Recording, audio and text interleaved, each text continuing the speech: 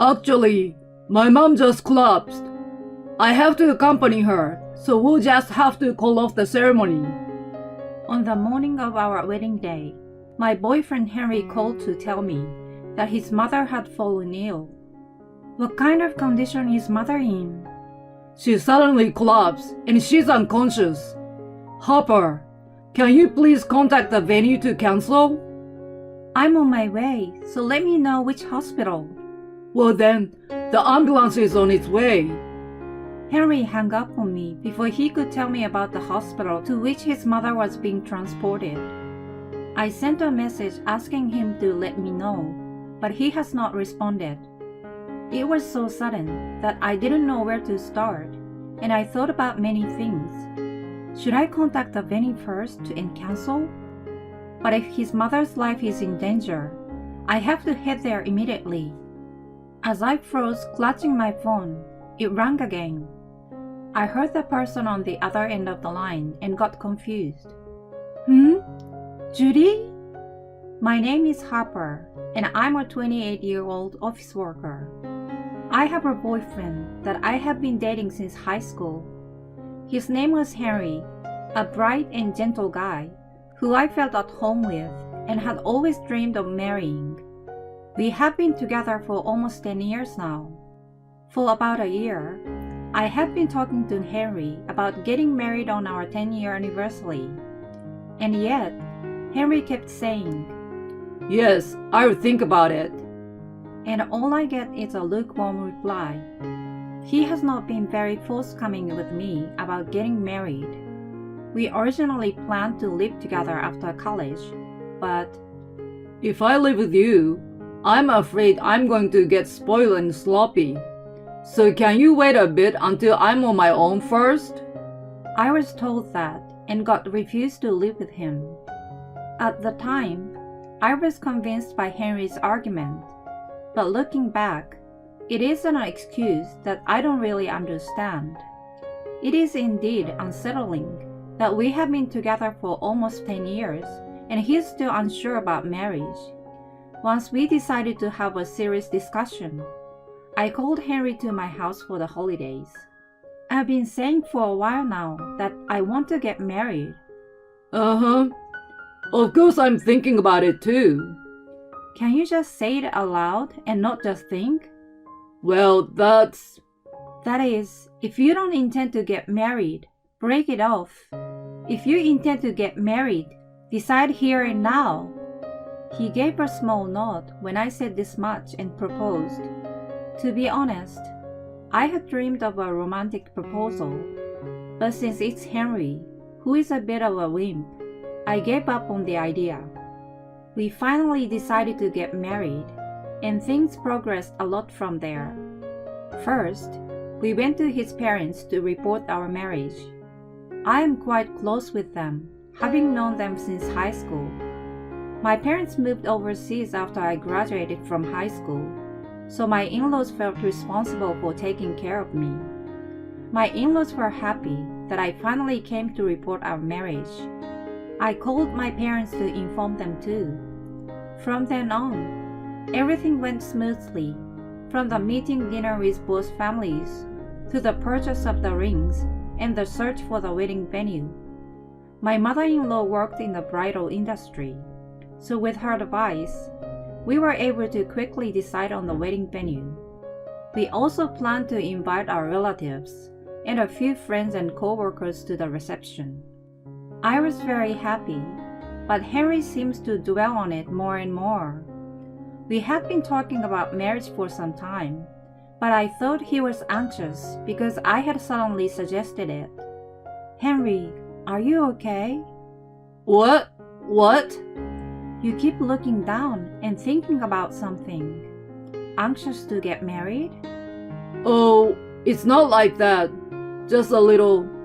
What's wrong? If you have a problem, I'm here to listen. No, it's about work. It's okay. No matter how many times I asked, Henry would not tell me what was bothering him. I had heard that men can have marriage blues too, so I thought he might have had that. To reduce Henry's workload as much as possible, I took over the wedding preparation so that he would have more time for himself. Finally, it's the morning of the wedding day. Henry was scheduled to bring his parents to the ceremony. As I was getting ready to leave, my phone rang. I looked at the screen and saw that it was an incoming call from Henry. What's wrong? Still home, right? Yes, I was just getting ready to leave. Actually, my mom just collapsed suddenly. What? Your mother? Is she okay? I'm waiting for an ambulance right now. I have to chaperone, so we'll just have to call off the ceremony. What kind of condition is mother in? She suddenly collapsed and she's unconscious. I'm sorry, Harper, but could you please call the venue to cancel? I'm on my way, so let me know which hospital. Well then, the ambulance is coming now. Henry hung up on me before he could tell me about the hospital to which his mother was being transported. I sent an email to him asking him to let me know about the hospital, but he has not responded. It was so sudden that I didn't know where to start, and I thought about many things. If the wedding is getting cancelled, should I contact the venue first? But if his mother's life is in danger, I have to head there immediately. As I froze clutching my phone, it rang again. It was so startled that I almost dropped my phone, caught it, and rushed to answer the call. Good morning, Harper. Did you sleep well last night? It's time to head to the ceremony, and I'll help you change your dress. I heard his mother's voice, which was the same as usual, which made me confused. Judy? Yeah, it's me. Oh, are you still sleepy? I was in a rush to answer the phone and hadn't looked at the screen, but when I did, I saw that the call was from Henry's mother. When Henry said his mother fell down and had to be transported, what was that about? As I was thinking about it for a moment, when I heard Henry's voice in the background. Oh, Mom, so you are here. You know, about the ceremony. Are you on the phone with someone right now? I'm on the phone with Harper. What? On the phone with Harper? Wait, Mom, give me the phone. With that, Henry seems to forcefully take the phone from his mother.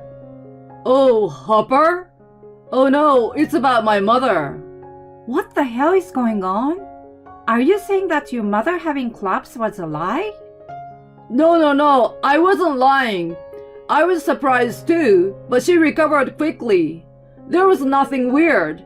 She's totally fine. So, did you cancel the ceremony? I had no idea what the lie was for or why, but all I could tell was that he didn't want to have a wedding. You didn't have to lie like that if you didn't want to have a wedding with me. That's not what I meant. It's not... Can you give the phone to your mother? By the looks of it, you're lying to your parents too. No, I will explain that properly. Of course I will let you explain. We don't have time for this, so give it quickly. He reluctantly gave the phone to her, as if it's been decided that he couldn't get away with it. For Henry to tell me that his mother had collapsed and that they were going to the hospital, and to be asked by him to cancel the ceremony because we had no choice. I explained all these things to her. When she heard my story, is it true that you lied about me falling ill and tried to cancel the ceremony? She confronted Henry. I couldn't tell over the phone, but I'm sure Henry was nodding silently. After a short pause, I heard a loud sigh from his mother. I'm sorry. We'll do what you want us to do.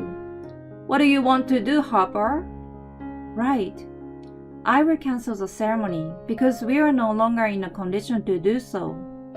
Well, I'm really sorry.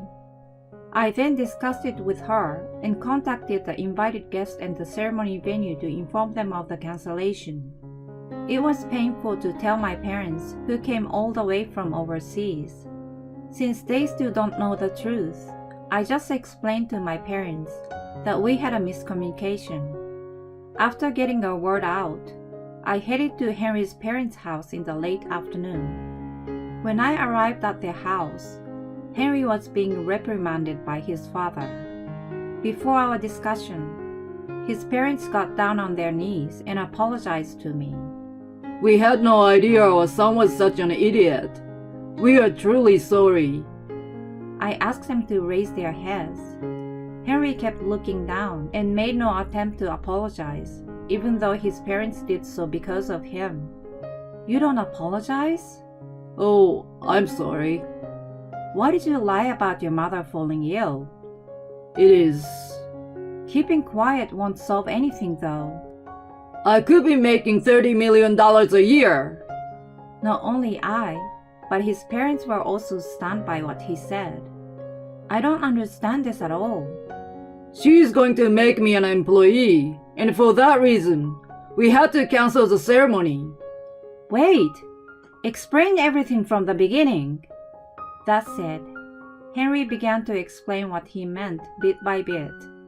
About a year after he started working, he met the daughter of the president of a major company, who was an acquaintance of his friend. The president's daughter liked Henry and said, "If you go out with me, I will put you in my father's company." His employee's annual income is $30 million. This was a great opportunity for Henry, who was not doing well at his job and was considering a career change. He said that he had been dating the president's daughter while dating me without thinking too much about it. This means that they have been having an affair for about 5 years. I checked Henry's phone on the spot when I heard about the affair. Then I found many photos of his dates with a beautiful woman. They were pictures of beautiful scenic hotels and beaches, and they seemed to have fun. I went out with her like she told me to, but she wouldn't let me into their company for a while. You were pressuring me to get married, and I didn't know what to do. You should have left me and go to the boss's daughter, right? I don't want to. She's selfish and egotistical. If I were to marry, I would prefer you. So the plan was to leave as soon as they let me into the company and marry you. I don't understand. The wedding was cancelled, but you already submitted the marriage certificate. About that, I haven't actually submitted it. What's that? What do you mean? Since we were on a tight schedule from the time we decided to get married until the ceremony, Henry took care of the marriage license, and I was making preparations. Henry told me that he had submitted the marriage certificate without having really sent it in. I can't believe he lied to me all those years ago, and even lied about getting married. I could only sigh in dismay. Because I could have made $30 million a year. With that much, you could be a stay-at-home mom, and the money would be nice to have too. I don't want to be a housewife, and there is no way he could get $30 million in the first place. I'm sure that the president's daughter is playing with Henry, who doesn't know things just for fun. I'd rather have a man who doesn't cheat on me than a man who makes a lot of money. Henry's eyes widened when I said this. Then his face turned grim. That's enough. I've been working hard for you. Huh? For me? What do you mean by working hard? You just enjoyed cheating. Yes. You narrow-minded person wouldn't know what I'm going through. Because I'm going to tie the knot with her and make $30 million a year. You can't come back to me just because I have money. I will never go back to a guy like you. I told him that and left their house. His parents kept their heads down until the very end. I don't really care about anything else anymore. But I was disappointed that I could no longer be a family with his wonderful parents. 10 days later, I received a phone call from Henry. I realized that I had forgotten to reject the call because I didn't want to think about him. However, curious as to what the call was about, I picked up the phone. The caller, Henry, was whimpering and crying, and started talking about how he had been dumped by the president's daughter. Sure enough, he was being played with. The president's daughter has another man she is dating, and she wanted to tease Henry, who had been his girlfriend's sole focus since high school. So she lied about making him an employee who earned $30 million a year and teased him for having the affair. She said that she was satisfied that Henry and I had broken up, and she told him that everything was a lie and dumped him. The president's daughter who makes fun of people is disgusting, but I have no more love for him after he betrayed me by believing a lie that anyone could have figured out. I'm really sorry. This time around, I realize that you're the only one for me. We've known each other for a long time, right? Let's start over again. Last time, you said it was impossible even if I tried to come back to you. That was just something I said because you were being hard on me. I have absolutely no intention of getting back together with you, so don't call me again. I hung up and blocked calls from him. The wedding and the reception were cancelled on the day of the wedding, so the cancellation fee was 100%. Since Henry was the cause of the cancellation, his parents paid the cancellation fee instead. Angered by what Henry had done, they kicked him out of their house, treating the cancellation fee as a goodbye gift. Henry left his workplace at the same time we broke up. I heard him say boldly that a seat had been prepared for him as the next president of the major company he would be joining. As a result, he could not even join the company, let alone take that seat. But I'm glad he left the company. It was explained that the reason the ceremony was cancelled was because of Henry's infidelity. He will have no credibility at all in the company, because he has been caught cheating for 5 years on his girlfriend of almost 10 years. He would have eventually resigned, even if he had stayed with the company. It just would have been sooner. He had also bought a new suit, watch, and shoes, saying he wanted to dress like a rich man. Those were purchased at the high-end store introduced to him by the president's daughter, and he had to incur considerable debt just to pay for them. That is not the only thing. There is also compensation for me. We were able to prove the affair after the engagement, so I was able to claim alimony from Henry.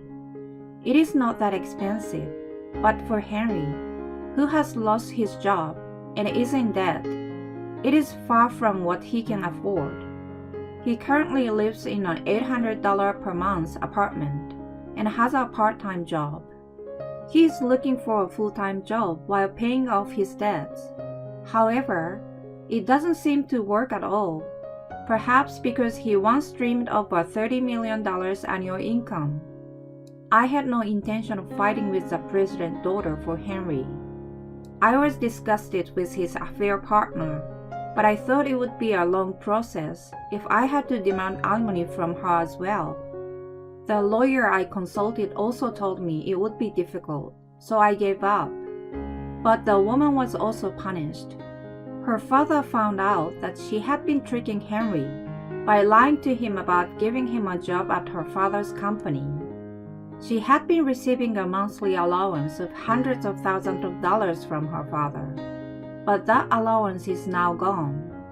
The money she had and her credit cards were all confiscated. She has now been evicted from her home and is being forced to work in a subsidiary company, which is a factory.